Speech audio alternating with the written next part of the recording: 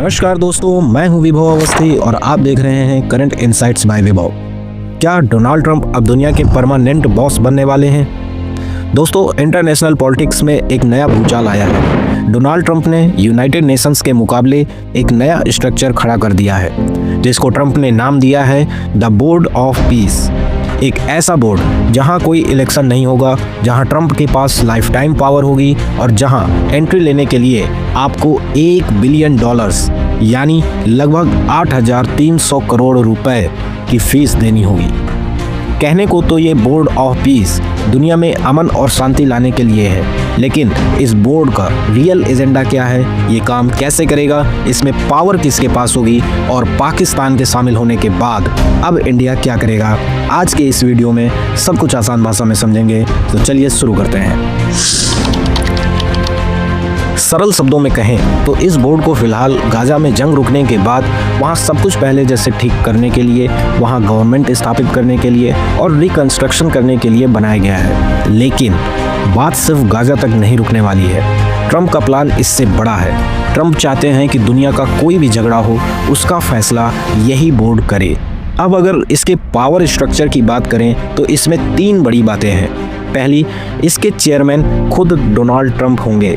दूसरी, उनके पास life time authority है, मतलब उन्हें कोई नहीं हटा सकता। तीसरी, इसमें जेरड कुशनर और मार्को रूबियो जैसे ट्रंप के सबसे करीबी और भरोसेमंद लोग शामिल हैं। मतलब ये बोर्ड यूएन जैसा लोकतांत्रिक नहीं बल्कि एक कारपोरेट बोर्ड की तरह चलेगा, जहां डिसीजन सिर्फ एक आदमी लेगा, या यूं कहें कि यहां सिर्फ एक ही इंसान का हुक्म चलेगा। ट्रंप ने दुनिया के लगभग 60 देशों को इनवाइट किया है, लेकिन यहां एक शर्त है।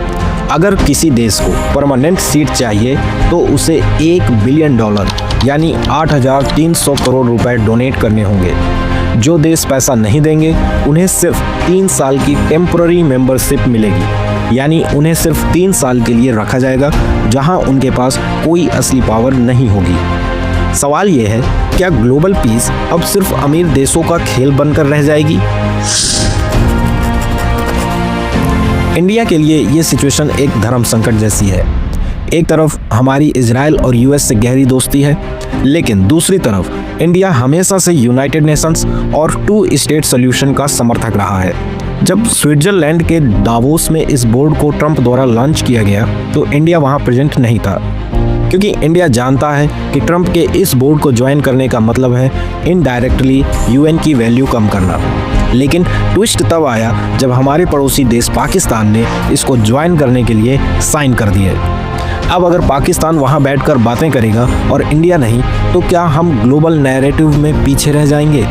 इंडिया अभी वेट एंड वॉच मोड में है। तो दोस्तों, असली सवाल ये नहीं है कि ट्रंप क्या कर रहे हैं, सवाल ये है कि इंडिया को क्या करना चाहिए।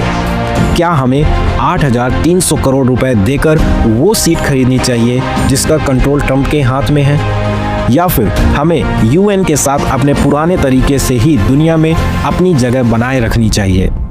मुझे पता है आपके पास इसका एक स्ट्रॉन्ग ओपिनियन होगा। कमेंट बॉक्स में यस लिखिए अगर इंडिया को ज्वाइन करना चाहिए, और नो लिखिए अगर ये सिर्फ एक पैसे का खेल है। वीडियो पसंद आई हो तो लाइक और शेयर करें, और ऐसे ही एनालिसिस के लिए चैनल को सब्सक्राइब करना ना भूलें। तब तक बने रहिए मेरे साथ करंट इनसाइट्स बाय विभव में। जय हिंद।